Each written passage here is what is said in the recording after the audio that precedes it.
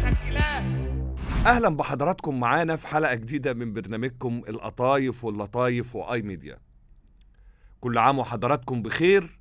انطلقت ركلة البداية لموسم كروي جديد في الساحة المصرية. الصراحة انطلقت بالمنافسات الإفريقية، لأن لسه المنافسات المحلية لموسم 24-25 لسه محدش عارف هتبدأ امتى ولا هتنطلق امتى. الأربع فرسان سفراء كرة القدم المصرية هم اللي خدوا ركلة البداية: الأهلي وبيراميدز في دوري الأبطال، والزمالك والمصري في الكونفدرالية الإفريقية.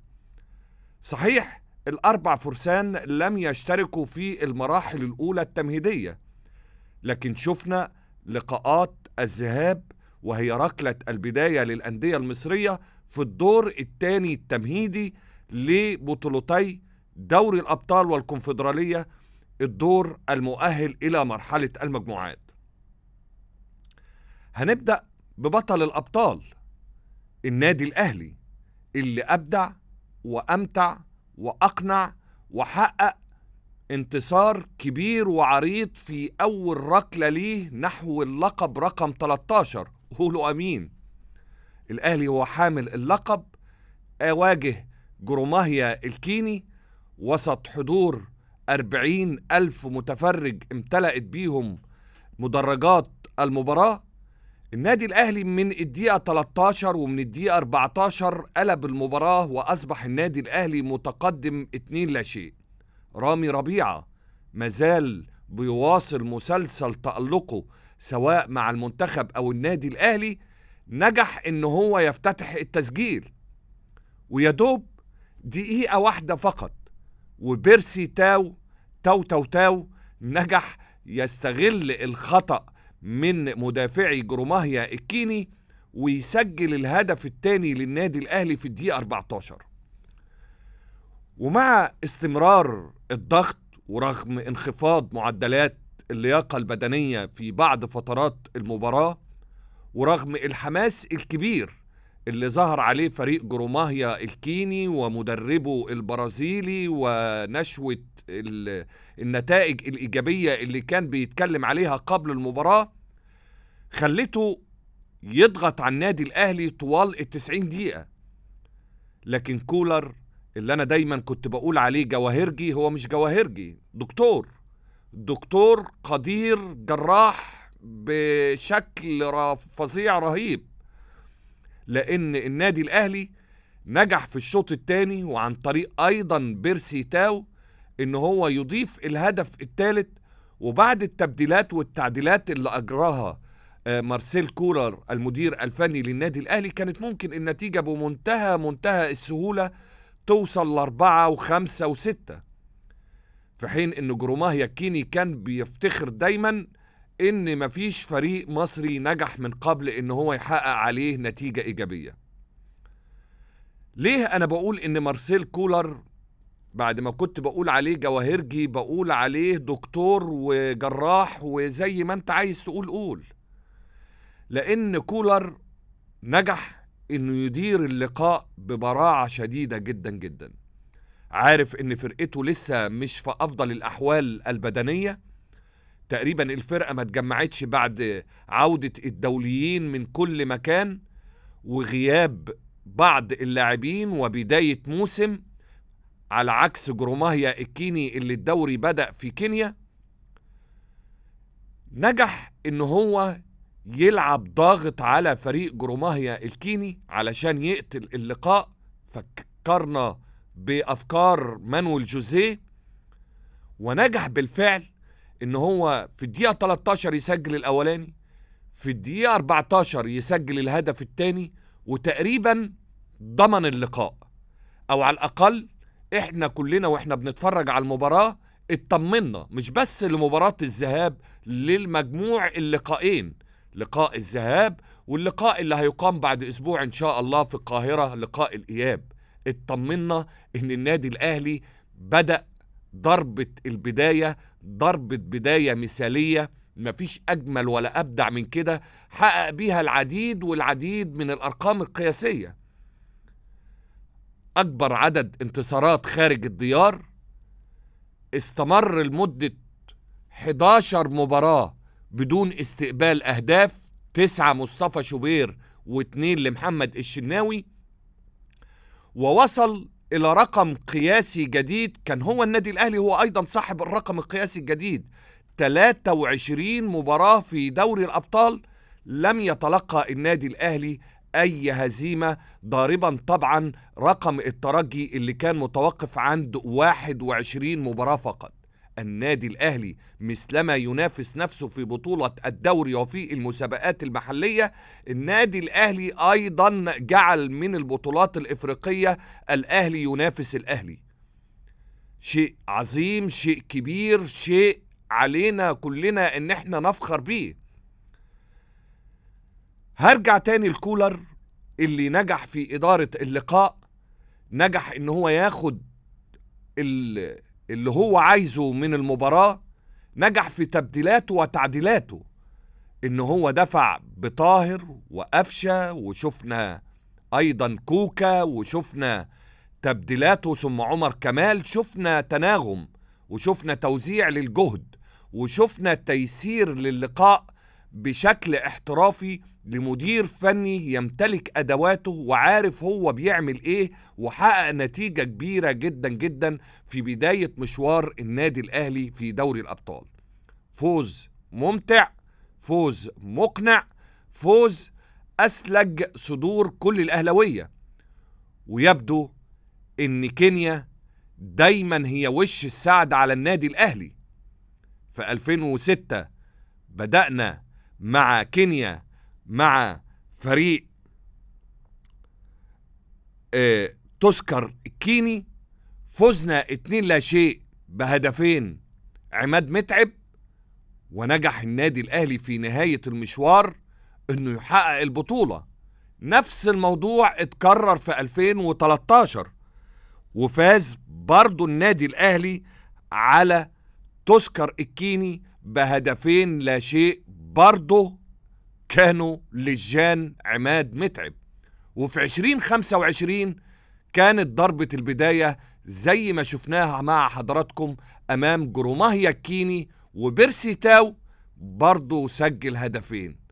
إن شاء الله النادي الأهلي بيحقق أرقام وبيمشي في الطريق السليم قبل ما يخوض اللقاء المرتقب، لقاء السوبر الإفريقي أمام نادي الزمالك يوم 27 سبتمبر. بداية مضيئة، بداية عظيمة للنادي الأهلي في دوري الأبطال وال13 يا أهلي. وادي القطايف واللطايف وكل الحلويات والمشكلات. تعالوا بينا أصدقائي ننتقل إلى البطولة الكونفدرالية، والفارس الأبيض نادي الزمالك اللي بدأ مشواره وهو حامل اللقب للبطولة الكونفدرالية بعد ما حقق اللقب في 2024 من نفس المرحلة، الدور الثاني التمهيدي المؤهل إلى مرحلة المجموعات. كانت مواجهة نادي الزمالك مع البوليس الكيني. برضو إن شاء الله قولوا أمين إن كينيا تبقى وش السعد على الفارس الأبيض كمان. مباراة يمكن ما كانتش ممتعة، أرضية الملعب رغم إن هي نفس أرضية ملعب النادي الأهلي، لكن أرضية الملعب كانت عامل صعب على لاعيبة نادي الزمالك، لكن استطاع الفارس الأبيض إن هو يحقق فوز مطمئن لينا والجمهور اللي كان بيتابع اللقاء بشغف. صحيح لم نرى حتى الآن الصفقات الجديدة للفارس الأبيض نادي الزمالك، لكن شفنا القوام الأساسي اللي خاض الموسم الماضي، ولغاية تقريبا ما وصلنا للدقيقة 29 وكان في ملامح خطورة كبيرة جدا جدا بيقوم بيها فريق البوليس الكيني، إلا بيطل علينا من جديد عبد الله السعيد صاحب 39 عام، الورقة اللي راهن عليها جمهور نادي الزمالك وأيضا مسؤولي نادي الزمالك. عبد الله السعيد بكورة بينفذها أحمد السيد زيزو كرة كانت ضربة حرة مباشرة ناحية اليمين خارج المنطقة، اتلعبت على حدود المنطقة لعبد الله السعيد، وان تاتش لمسة واحدة عبد الله السعيد يهدي التقدم في عقر دار البوليس الكيني ويواصل مسلسل أرقامه القياسية. عبد الله السعيد بيؤكد للجميع ان العمر مجرد رقم، ونجح ان هو يصل بارقامه المتميزة عبد الله السعيد ان هو يصل الى 25 هدف في البطولات الافريقية مع 4 أندية مصرية مختلفة، رقم لم يصل اليه احد من الجيل الحالي. عبد الله السعيد مش هو بس اللي سجل الهدف، لكن هو كان ابرز نجوم نادي الزمالك في اللقاء. صحيح فريق البوليس الكيني تقريبا وصل لمرمى محمد صبحي تقريبا في 10 محاولات حقيقية تهديفية، دفاع نادي الزمالك أنقذ العديد منها ومحمد صبحي تصدى للباقي، لكن افتقد فريق البوليس الكيني للاعب اللي بيعرف يسجل أهداف، وإلا كانت المسألة هتبقى صعبة جدا جدا على نادي الزمالك، خصوصا إنه وضح مع بداية الشوط الثاني ومع نهاية الشوط الأولاني انخفاض المعدل البدني بشكل رهيب، شكل فظيع، رغم ان درجة الحرارة في كينيا تقريبا 26 أو 27 درجة. صحيح نسبة الرطوبة عالية شوية، لكن درجة حرارة جميلة جدا جدا ومناسبة جدا جدا على الأقل للاعب المصري. يمكن اللي ساهم كمان ان نادي الزمالك ما قدرش يظهر بالشكل الرائع، الشكل المثالي اللي كنا بنتمناه كلنا، تبديلات وتعديلات جوميز عمل تبديلات وتعديلات مع بداية الشوط الثاني. كنا محتاجين لعيبة عندها باور، لعيبة عندها طاقة، لعيبة عندها لياقة بدنية كبيرة، لكن التبديلات والتعديلات لم تكن في توقيتها ولم تكن في التوقيت المناسب أو استخدام الأوراق المناسبة اللي تناسب اللقاء. عشان كده استمرت السيطرة واستمرت الهيمنة، لكن نجح الفارس الأبيض إن هو ينهي اللقاء 1-0.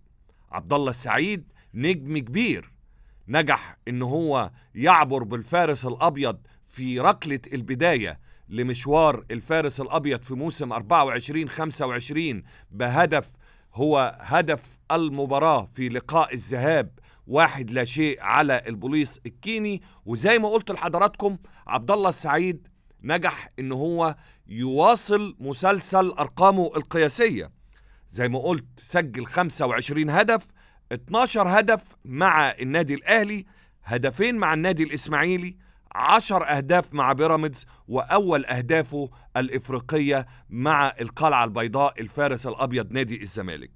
كمان عبد الله السعيد وصل ان هو من اول هدف لاخر هدف يبقى اكبر فارق سني للاعب شارك في البطولات الافريقية، فارق زمني وصل اصدقائي الى 6371 يوم. اول هدف كان بتاريخ 6/4/2007، واخر اهدافه ان شاء الله ما يبقاش اخر اهدافه مع نادي الزمالك، ولكن اخر هدف سجله عبد الله السعيد كان 14/9/2024 في مرمى البوليس الكيني. الرقم ده ضرب رقم مين؟ ضرب رقم كابتننا الكبير اللاعب الاخضر والمدير الفني الحالي لمنتخبنا الوطني الكابتن حسام حسن، اللي عنده كان فارق زمني ما بين أول هدف وآخر هدف 6062 يوم، بينما عبد الله السعيد وصل إلى 6371 يوم، لأن العميد حسام كان أول أهدافه يوم 7/9/86، وكانت آخر أهدافه الإفريقية 13/4/2003. إن شاء الله زي ما قلت ما تبقاش آخر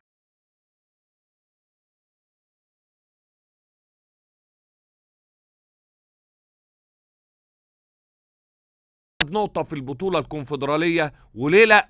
زي ما احنا منتظرين السوبر يوم 27 ما بين الأهلي والزمالك، ننتظره كمان ما بين الأهلي والزمالك أو ما بين أي فريقين مصريين، ونبقى محتكرين للبطولات الإفريقية سواء دوري الأبطال أو كونفدرالية أو السوبر الإفريقي. الأندية المصرية على عرش الكرة الإفريقية خلال السنوات الأخيرة، والصراحة الفضل يعود بنسبة كبيرة للنادي الأهلي، وأيضا بعودة الفارس الأبيض لمنصات التتويج خصوصا في البطولة الكونفدرالية. وادي القطايف واللطايف وكل الحلويات مسجلات. صحيح كل الناس تابعت ركلة البداية للأندية المصرية في موسم 24-25، الانطلاقة الإفريقية اللي سبقت المنافسات المحلية، لكن كل الجمهور المصري حضراتكم عارفين مرتبطين جدا جدا بمنافساتنا المحلية، ومفيش أهم من بطولة الدوري المصري الممتاز، البطولة الأهم والأقوى والأصعب في مشوار الأندية المصرية والمنافسات المحلية. وكل الأسئلة اللي بتدور في أذهان المتابعين والمحبين للأندية المصرية، يا ترى البطولة هتبدأ إمتى؟ وهيبقى شكلها إيه؟ هل هتفضل بتلعب بنظام الذهاب والإياب و34 جولة رغم كل المناشدات إن احنا نغير الشكل علشان الموسم ما يمتدش إلى أوقات غير طبيعية، ونقدر ندي للاعبتنا خصوصا الدوليين فرصة إنهم ياخدوا راحة سلبية ويستعدوا وتنضبط المواعيد ونمشي مع المنظومة العالمية، خصوصا إن موسم 25 دوت مش مليء، يمكن مليء بالنسبة للنادي الأهلي ببعض البطولات، ولسه ما نعرفش الدوري الإفريقي هيتلعب ولا لأ، لكن عندنا بطولة كاس عالم للأندية وعندنا بطولة الانتر كونتيننتال بيشارك فيها النادي الأهلي، لكن برضو ما عندناش بطولة إفريقيا لأنها ترحلت إلى ديسمبر ويناير 26. صح كده؟ صح كده. عموما من الكواليس أحب أقول لحضراتكم إن حاليا أعضاء بارزين بيحاولوا يقنعوا كل الأندية والمسؤولين إن احنا نلعب دوري دور واحد، هم بيقولوا عليه على حسب الطريقة البلجيكية، عايزين نلعب دوري دور واحد، كل الأندية ال18 قوام بطولة الدوري المصري الممتاز يتنافسوا من خلال دور واحد 17 جولة، وبعد كده يبقى فيه 10 فرق و8 فرق، وهناك من ينافس على الأربع مراكز الأوائل أو الأول، وفرق بتنافس من أجل الهروب من القاع، بحيث إن احنا نقلل عدد الجولات، وبدل ما يبقى 34 جولة نختصر في عدد الجولات ويبقى موسم أقل علشان نقدر نظبط الدنيا.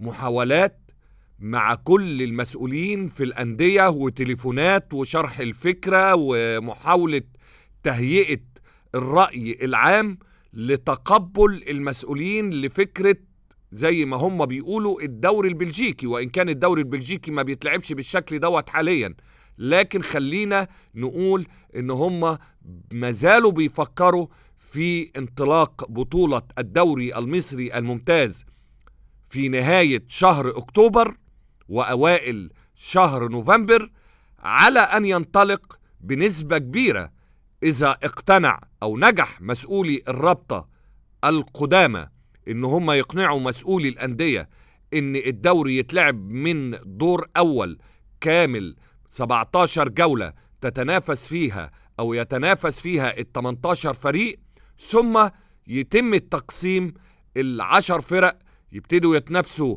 على مين يفضل موجود في بطولة الدوري، و8 فرق تتنافس من أجل من سيكون البطل ومن سيكون الوصيف ومن سيكون صاحب المركز الثالث ومن سيكون صاحب المركز الرابع، ال4 مراكز المؤهلة للبطولات الإفريقية.